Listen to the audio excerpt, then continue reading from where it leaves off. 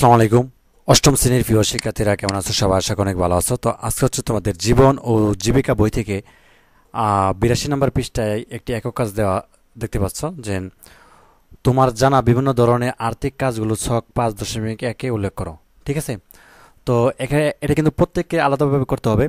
এখানে আমাদেরকে যেটি বলা হয়েছে যে এই যে ছক 5.1 দেওয়া আছে, তাই না, বিভিন্ন ধরনের আর্থিক কাজ, অর্থাৎ তোমার জানা মানে আমাদের হচ্ছে যে বিষয়গুলো আছে জানা এবং বিভিন্ন ধরনের আর্থিক কাজগুলো, ঠিক আছে, এগুলো হচ্ছে আমাদের এই ছকে 5.1-এ লিখতে হবে। তো এখানে দেখো আমাদেরকে আর্থিক কাজ এখানে উপরে দেওয়া আছে এবং বাম কলামে দেওয়া আছে যে আয় সংক্রান্ত আর্থিক কাজ, অর্থাৎ আয় সংক্রান্ত আর্থিক কাজগুলো কি সেগুলো এখানে আমরা ছোটো করে লিখব, এবং সঞ্চয় সংক্রান্ত আর্থিক কাজগুলো এখানে ছোটো করে লিখব, এবং ব্যয় সংক্রান্ত আর্থিক কাজগুলো এখানে লিখব, এবং বিনিয়োগ সংক্রান্ত আর্থিক কাজগুলো এখানে লিখে দেবো। ঠিক আছে? তো খুবই ছোটো করে লিখবো, বেশি বড় নয়। তো চলো এটা যে নমুনা উত্তরপত্র অর্থাৎ আনসার স্ক্রিপ্ট সেখানে আমরা চলে যাই। তো আমরা এইভাবে লিখতে পারি আয় সংক্রান্ত আর্থিক কাজ। ঠিক আছে? উপরে থাকবে আর্থিক কাজ। তো শাকসবজি বিক্রয়, ঠিক আছে, যাতায়াত সেবা প্রদান বা ফলমূল বিক্রয়, তো চিকিৎসা সেবা প্রদান, কাপড় বিক্রয়, মাছ বিক্রয়, এগুলো কি আয় সংক্রান্ত, মানে এগুলোর থেকে আমাদের কি হয়, আয় হয়। বুঝতে পারছো? আয় মানে কি, যেগুলো হচ্ছে আমরা বিক্রি করে পাই। আশা করি বুঝতে পারছো। তো এই কথাগুলো এখানে লিখে দেবো। তো তারপর দেখো সঞ্চয় সংক্রান্ত আর্থিক কাজ। সঞ্চয় মানে কি, জমানো, তাই না? এই সঞ্চয় সংক্রান্ত কাজগুলো আমরা কীভাবে দিতে পারি দেখো। তো ব্যাংকে প্রতি মাসে অর্থ জমা করা, এটা একটা সঞ্চয়ের কাজ।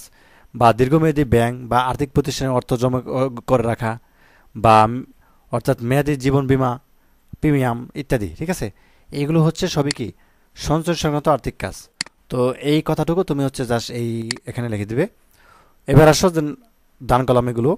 তো ব্যয় সংক্রান্ত আর্থিক কাজ, এই বাম কলমে হচ্ছে কি আয় বা হচ্ছে সঞ্চয়, কিন্তু আবার ডান কলমে কি আছে, ব্যয়। ব্যয় মানে কি, খরচ করা। ঠিক আছে? তো ব্যয় সংক্রান্ত আর্থিক কাজ আমরা কিভাবে লিখতে পারি চলো। ব্যয় সংক্রান্ত যেমন খাদ্যদ্রব্য ক্রয়, ঠিক আছে, অর্থাৎ যে আমরা খাবারগুলো খাই এগুলো হচ্ছে আমাদের ক্রয় করতে হয়, এটা হচ্ছে কি একটা ব্যয়। বা রিক্সা ভাড়া প্রদান বা চিকিৎসা সেবা গ্রহণ, ওষুধ ক্রয়, বেতন প্রদান, বাড়ি অফিস ভাড়া প্রদান, এই সবগুলো আসলে ব্যয় সংক্রান্তের মধ্যে পড়ে। তো এখানে কিছু লিখে দিয়ে তুমি হচ্ছে ইত্যাদি দিতে পারো।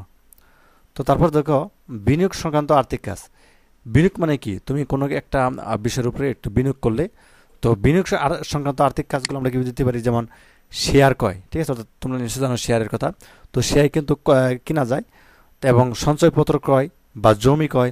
জমি ক্রয় মানে হচ্ছে তুমি একটা জমি কিনে রাখলে বা ক্রয় করলে, এটা কিন্তু একটা বিনিয়োগের মধ্যে পড়ে। ঠিক আছে? তো কিছুদিন পরে কিন্তু জমিটি বিক্রি করলে কি হবে, আরও বেশি হবে, কাজে এটা বিনিয়োগের মধ্যে পড়ে। তো তারপর দেখো স্বর্ণ ক্রয়। স্বর্ণ ক্রয় একই, অর্থাৎ তুমি যদি স্বর্ণ অলংকার যদি কিনে রাখো, স্বর্ণ কিনে রাখো, দেখা যাচ্ছে 1 বছর পর বা 6 মাস পরে স্বর্ণের দাম বেড়ে যায়, তখন কিন্তু এটা কি একটা বিনিয়োগের মধ্যে পড়ে, বা ব্যবসায় বিনিয়োগ ইত্যাদি। তো এই কথাগুলো তুমি হচ্ছে জাস্ট এই ছকের মধ্যে লিখে দিবে, অর্থাৎ 82 নম্বর পৃষ্ঠায় এই ছকগুলোর মধ্যে এখানে লিখে দিবে।